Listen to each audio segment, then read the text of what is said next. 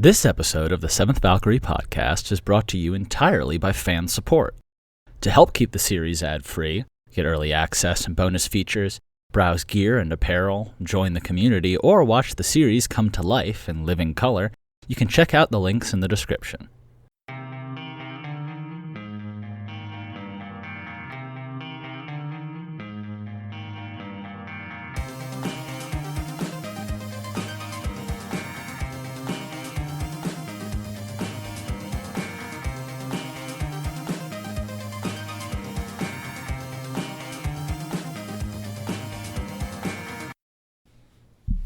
Hello, everybody, and welcome to another episode of the Seventh Valkyrie Podcast. I'm your host, Colin Sharp, I was about to do a little ditty for my theme song, but then I realized I already played my theme song because I played that at the beginning. Hooray! Welcome. So if you guys saw the title of the podcast, I think it's some version of the moral arc of the universe is long, and the follow-up to that quote is, but it bends towards justice. I actually titled this podcast in honor of said quote, which is one of my favorite quotes of all time, from Dr. Martin Luther King's 1968 speech, which was titled Remaining Awake Through a Great Revolution. And at some point he says, we shall overcome because, and then here is the part that's sort of immortalized, because the moral arc of the universe is long, but it bends towards justice. I think there's different paraphrases of that, but the idea is the moral arc of the universe is long, but it bends eventually towards justice. Now, I actually heard this originally from Missy Lane, a dear family friend who I actually just used to refer to as my big friend. She was about my mom's age, but used to look after me after school, and we'd go get ice cream or frozen yogurt and go back to her house and play board games after I'd done my homework. And I mean, young Colin learned a great deal from Missy Lane, who I still affectionately refer to as Miane, because we couldn't pronounce the name when we first met her, because I was like 2 or 3. Might have been my little brother that called her Miane. I don't know. Anyway, to this day, this is a person who I have an incredible amount of respect for. Elaine, she was an Episcopalian deacon. She offers spiritual guidance to both individuals and partnerships, and is, I think, in my opinion, one of the best models I've ever seen, along with 2 of my dear friends, of what a good Christian truly is. In the world today, we have a lot of people who use Christianity and all other forms of religion as a bludgeon and a cudgel and an excuse for hate. And I think that there was a time where I became somewhat jaded with all of that, and I became sort of jaded against religion in general. But people like Elaine are, and some dear friends of mine remind me that, there's a reason that that these concepts have so much power that they can be twisted. It's because they have, provide a sense of strong guidance and leadership to people who are, some truly good people who truly listen and truly learn. Anyway, we can get into religion a whole nother time. But anyway, there's a reason Missy Lane is a person who I respect deeply. There's a reason I still call her my big friend after all these years. And one of the things that she told me is that the moral arc of the universe is long, but it bends towards justice. So, what does that mean? To me, it means that as a species, we don't advance forward towards becoming an even and truly just society in a straight line. We have these eras of great societal advancement and rights and promotion, and inclusion, and then we have also eras of great regression, and great hatred and great constriction of rights and people trying to oppress, and on a much larger scale you have genocides, and you have these things where it's not just that we're taking away your rights, it's we are going to take away your life. And so as a society, it can be easy to get kind of caught up in these in these downturns, and I think Martin Luther King encouraged us to think that in the arc of in the long term, justice does prevail and we do advance forward. And it's interesting because you can look throughout history and see kind of these moments of great societal upheaval and progress, and then it kind of leads to times of uncertainty, and people turn to things that they feel are certain. And that's when, fear and hatred and our kind of tribal ape nature can kind of take us over. And I think that is just a side effect of human nature. Like, we have, in the face of really intense challenges and troubled times, we come together and we make great advancements towards progress and justice and people. And there's a great spirit of hey, progress in the good and the belief in the human spirit. And then whenever that threat or that great injustice is passed, we forget, and people start to get a little bit towards self-interest. And people get comfortable. They find little pockets, or the world starts to get complicated and people get scared. And then, like I said, like the tribal apes that we are, we start to pick and out group and blame them. And it's funny. I kind of looked throughout history, and I was running back, and this is not an exhaustive list, but I mean, like, you look at the rise of some forms of democracy in Europe, like 2,000 years ago, Greece and Rome, and then you had the fall back into the Dark Ages, and specifically, obviously, my context is kind of framed through what I'd call Western culture, which is basically white people culture, but that is the way of my perspective, and so I'll just kind of tell it through there. Then you had incredible prosperity and advancement, all the way back in Rome and Greece, and obviously these aren't perfect places, but someone could say that a lot of those advancements were lost over time, and then the kind of slow decay and the fall of Rome into the Dark Ages, and then all of a sudden you had the Enlightenment and the Renaissance, and then you also had the next kind of period of war and colonialism, and it's like, oh, hey, like we all kind of figured our shit out, and we're all going to learn. It's like, we're all going to learn how to kill each other. Very terrifying, horrible events, but it's gotta have a little fun and laugh at it.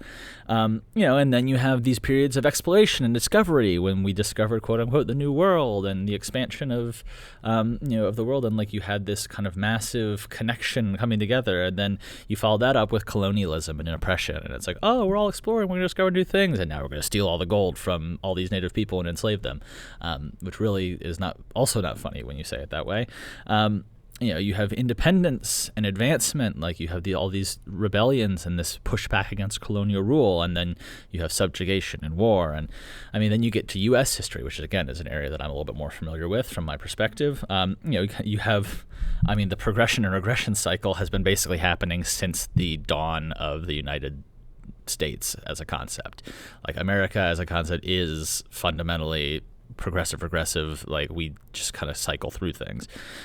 You had this noble push for independence in 1776 and human rights, and hey, like, we're not gonna, you won't, don't tread on me, and then we really tread on pretty much everybody else, we being white people, specifically white men, who owned slaves and subjugated the native people of this nation and subjugated women for hundreds of years. I mean, that's a whole other thing. Even many outgroups of white people were, subjugated. Then you had kind of this grand progress of, hey, we're gonna abolish slavery. It's a terrible thing, which obviously agreed, unless you're a fucking idiot from Florida, a certain fucking idiot. Anyway, and then you had the abolition of slavery, but then you also had this terror, so like you have this huge progress, and then you have the terror of Reconstruction and Jim Crow, and the continued subjugation of indigenous people in our country. In the early 1900s, you have women's suffrage, and then total subjugation of women again, and then you have two great wars that lead to incredible societal progress, and we kind of settle into a new world order where we don't think it's acceptable to try and just conquer other places, and then. And in the U.S., you had people kind of all like, "Oh, we're going to fight for liberty and justice," and then you come back and you have a civil rights movement. Like Vietnam, the terror of imperialism in Vietnam led to the flower power movement, to kind of this enlightenment as a society that this is not someone who we want to be. And then in response to that, you have Nixon and Reagan, who began mass incarceration and the war on drugs to try to, crush the anti-war left and begin mass incarceration of black people. Later in the 1900s, you have kind of this progress of the onset of LGBTQ rights, and then the early seeds of police brutality, and then the kind of continued fight for equality for any form of minority in the U.S. You have moments, and what's interesting is that sometimes you have these moments that like could be inflection points for good, but can instead be seized upon for ill. Like you had 9/11, which rather than uniting people for a more peaceful world led to the war in the Middle East, the loss of privacy. Even at the same time as like great strides were made with gay marriage, universal health care, you had like one of the greatest robberies of the U.S. and lower class individuals during the financial crisis of 2009. And then like you kind of had this kind of fight and struggle for progress, and then what I would call the greatest mistake in U.S. history of the election of Trump, and the ensuing gutting of the U.S. Another like sort of smash and grab of everything that you could just to try to milk it as much as you can, and the rise of fascism and lies, and obviously most recently the degradation of human rights through Roe v. Wade and policies meant to hold people down in the name of a religious theocracy, which is kind of what we're in the middle of fighting against right now. And the whole time throughout that thing, we're becoming more knowledgeable and more informed, and we're becoming more, the average person has more information than they have ever before about how to truly understand and how to, you had progression, the progress of Me Too and Black Lives Matter, and, people are standing up against hate, but hate is also fighting back, and that's a whole other thing. But that's about 1,000 reasons and 1,000 examples of why Dr. King said, the arc is long, and it bends towards justice. If you look, it's easy to get caught up in the downswings right now, and I don't think anyone, no matter what you believe, actually can disagree that we're currently in a rough spot. There was a time where I sort of, I really tried to kind of tread the middle on issues, but I realized that this another famous quote that Missy Lane told me, and I believe it 100%, which is that the middle grade, if I say 1 + 1 is 2, and you say 1 + 1 is 3, the answer isn't 2.5. The answer is just 2. And we currently live in a society where we don't necessarily where we've lost a shared sense of authority.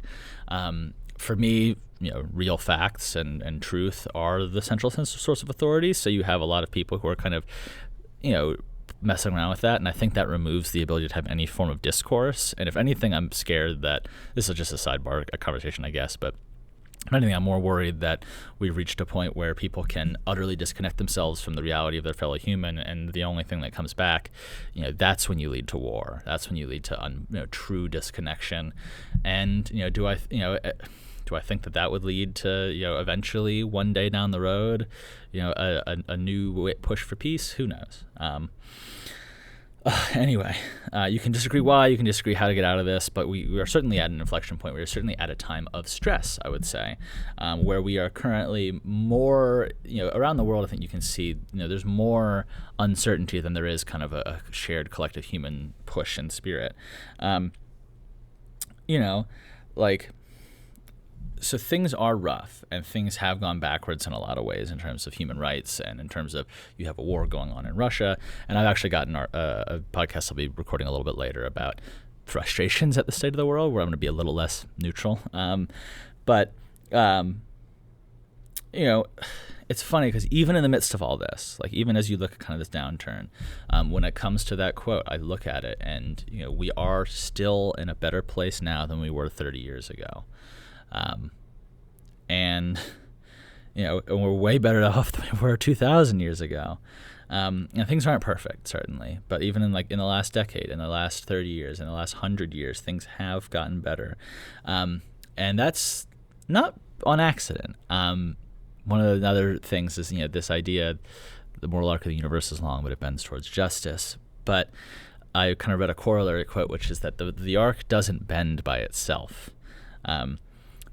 And I think that's something too, that it bends because people are working every day to share the truth of truth, justice, equality, and reality. And I think that over time, injustice is a natural byproduct of our society. We are self-centered individuals. We will prioritize our own, not enlightened self-interest, our own self-interest over a perceived outside interest. And especially, the less you know about the world, the more often you're probably willing to make the choice for yourself over the greater good, and that's totally fine. But I think it's a natural side effect.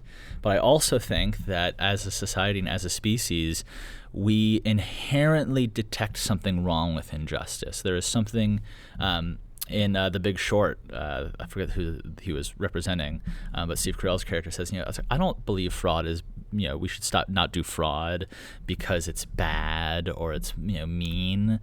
I say it because in the long term, fraud never works. And I think that injustice is the same thing. In the long term, injustice will never work out because injustice is the good of the few over the good of the many, and it will, and over time, that just breaks down. Technology has made those things harder to do, and, disinformation has divided us. Technology gives us, tyrants more power than they've ever had before. But to use another quote from Charlie Chaplin, so long as men die, liberty will never perish. And that doesn't mean our human nature won't continue to bend that moral arc to our will, and that people won't be forced or encouraged or in times of weakness choose injustice to serve themselves. But I do believe that as long as we don't wipe all of us out in nuclear war, as long as there's some small segment of humanity left, over time, that moral arc will continue to bend towards justice.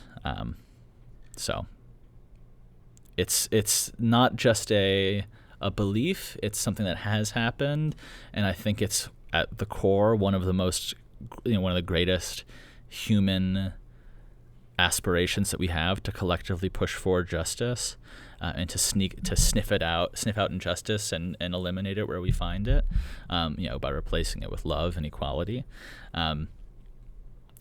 So the moral arc is bending a little bit, but I'm hoping over the course of time it bends back in the right direction, and I believe that it will. And I take steps every day to try to push that, in my own small way towards justice. And I think if everyone out there, I think what last pod was like, I don't even want to say the numbers, but if everyone listening to here worked a little bit every single day to push that arc a little bit towards justice, I think we'd be in a good spot.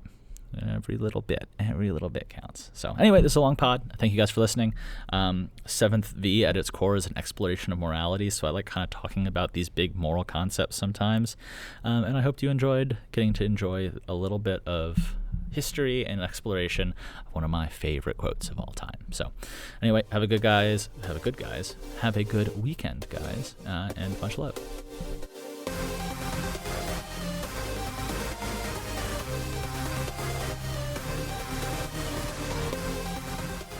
Thank you for listening to this episode of the Seventh Valkyrie Podcast, which is brought to you entirely by fan support.